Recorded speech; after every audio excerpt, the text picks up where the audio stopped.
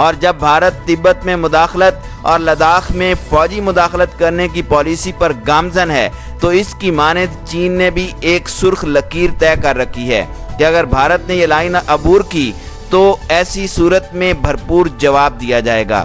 وادی گلوان میں بھارتی فوج کی نقل و حرکت نے چین کو یہ محسوس کرنے پر مجبور کر دیا کہ بھارت اس سرخ لکیر تک پہنچ چکا ہے اور اب وہ صرف لکیر کو کسی وقت بھی عبور کر سکتا ہے۔ ناظرین اکرام، لداخ میں چین بھارت کشیدگی نے زمینی حقیقتوں کو بہت متاثر کیا ہے، اور کیا اس تازہ صورتحال میں پاکستان کے لیے بھی کچھ سفارتی اور تزیوراتی امکانات موجود ہیں؟ سب سے پہلے یہ دیکھ لیتے ہیں کہ لداخ میں کیا صورتحال ہے اور اس میں کیا معنوی تبدیلی ہو چکی ہے۔ ناظرین اکرام، لداخ بنیادی طور پر کشمیر کا حصہ ہے اور 1962 میں اروناچل پردیش اور لداخ میں ہونے والے بھارت چین تصادم میں چین نے لداخ کے شمال مشرقی علاقے پر قبضہ کیا تھا۔ یہ اقصائے چین کہلاتا ہے۔ 1962 سے اب تک یہاں خاموشی رہی کیونکہ کشمیر ایک متنازع علاقہ ہے، اور جو بھی انتظامی معاملات طے ہوئے ان میں یہ بات شامل رہی کہ چیزوں کا حتمی تعین تنازع کشمیر کے حتمی حل کے ساتھ ہی ہوگا، یعنی جو کچھ بھی ہے اس کی حیثیت ایک عبوری بندوبست کی سی ہے۔ ناظرین اکرام، مبینہ طور پر 56 انچ چھاتی والے مودی نے سلامتی کونسل کی قراردادوں کو پامال کرتے ہوئے یک طرفہ طور پر آرٹیکل 370 کو ختم کر دیا اور لداخ اور کشمیر کو 2 یونین ٹیریٹریز یعنی بھارت کا باقاعدہ حصہ بنانے کا اعلان کر دیا۔ یہ صرف پاکستان کے لیے ہی نہیں، چین کے لیے بھی ناقابل قبول تھا۔ چین نے اقصائے چین سے سڑک گزار کر تبت کو سنکیانگ سے ملایا ہے۔ اب گویا بھارت نے اس سارے علاقے کو اپنا علاقہ قرار دے دیا۔ چین نے اول اقوام متحدہ میں اس پر آواز اٹھائی اور اس اتمام حجت کے بعد اب چین نے آگے بڑھ کر گلوان کی وادی پر قبضہ کر لیا ہے، جو لداخ سے اقصائے چین جانے کا واحد دستیاب راستہ ہے۔ ناظرین اکرام، گلوان ویلی کی اہمیت کو بھی جان لیجئے۔ اقصائے چین کے پہلو میں کوہ کراکرم کا سلسلہ ہے جس کی پاکستان اور چین کے لیے ایک خاص اہمیت ہے۔ یہ سلسلہ اقصائے چین اور لداخ کے بیچ سے گزرتا ہے اور اسے جدا کرتا ہے۔ گلوان وادی اسی کراکرم میں واقع ہے۔ یہیں پر دریائے گلوان دریائے شیوک میں شامل ہوتا ہے، جو آگے جا کر دریائے سندھ کا حصہ بن جاتا ہے۔ بھارت نے شیوک گاؤں سے ایک سڑک نکالی ہے جو دولت بیگ اولڈی تک جاتی ہے۔ یہ سڑک اب چینی افواج کے رحم و کرم پر ہے، جب چاہیں 2 گولے داغیں اور سڑک بند ہو جائے۔ اس سڑک کا بند ہو جانا بھارت کے لیے کتنا بڑا چیلنج ہے یہ بھی جان لیجئے۔ یہ سڑک بھارت کا سیاچن گلیشیئر تک پہنچنے کا زمینی راستہ ہے۔ اگر یہ سڑک بند ہو جائے تو اس کے بند ہو جانے یا چین کے رحم و کرم پر ہونے کا مطلب یہ ہے کہ چین کی بھارت کی سیاچن تک سپلائی لائن اب محفوظ نہیں رہی۔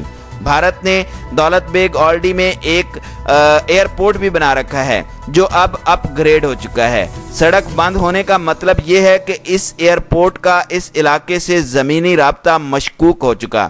اقصائے چین تو بھارت کے لیے شاید اتنا اہم نہ ہو، لیکن وادی گلوان اور دریائے شیوک کے ساتھ ساتھ کراکورم کے اس سلسلے میں چین کا بیٹھ جانا بھارت کے لیے کسی صدمے سے کم نہیں ہے۔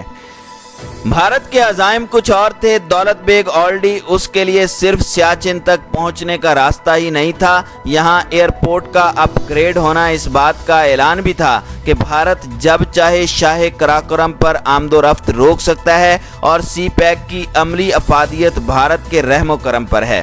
بھارت چاہے گا تو سی پیک فعال رہے گا، اور بھارت چاہے گا تو یہ سب کچھ رک جائے گا۔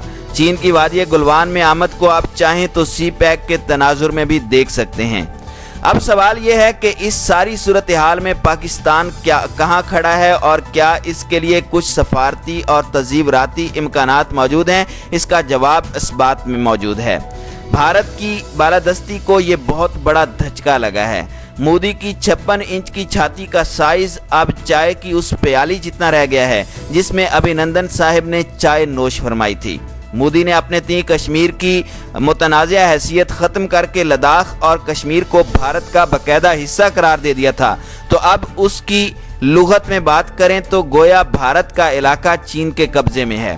سیاچن کو جانے والا واحد زمینی راستہ چین کے رحم و کرم پر ہے۔ اس سے بالادست رعونت کو کافی افاقہ ہوگا۔ اور بھارت میں حزب اختلاف کے لیے گنجائش پیدا ہوگی جو شاید اس جنونی کیفیت سے کسی معقول راستے کو نمایاں کر سکے۔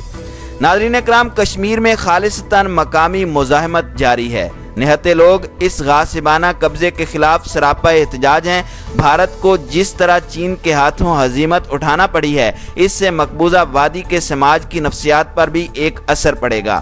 فی الوقت کچھ کہنا مشکل ہے کہ یہ نفسیات کا رخ کیا اختیار کرتی ہے، لیکن یہ طے ہے کہ اس سے وادی میں جاری عوامی مزاحمت کو زندگی ملے گی اور یہ بھارت کے لیے اچھا خاصا تکلیف دہ ہو سکتا ہے۔ ناظرین اکرام، بھارت خطے میں نیپال یا چین جس سے بھی الجھتا ہے یا جس قدر بھی تناؤ پیدا کرتا ہے، پاکستان کو منطقی طور پر اس سے فائدہ ہوگا۔ بھارت معیشت اور دفاع کے باب میں جمع تفریق کے کسی بھی میزانیے کے اعتبار سے پاکستان سے بڑا ہے۔ وہ کہیں اور سینگ پھنسا لیتا ہے تو پاکستان کے لیے یہ ایک خوش کن صورتحال ہے۔ بھارت خاموش رہتا ہے تو گلوان کی وادی میں چین کی موجودگی پاکستان اور چین دونوں کے لیے فائدہ مند ہے۔ بھارت اقوام متحدہ جاتا ہے تو مسئلہ کشمیر ایک بار پھر سلامتی کونسل میں پوری معنویت سے زیر بحث آئے گا اور اس کا فائدہ بھی براہ راست پاکستان کو ہوگا۔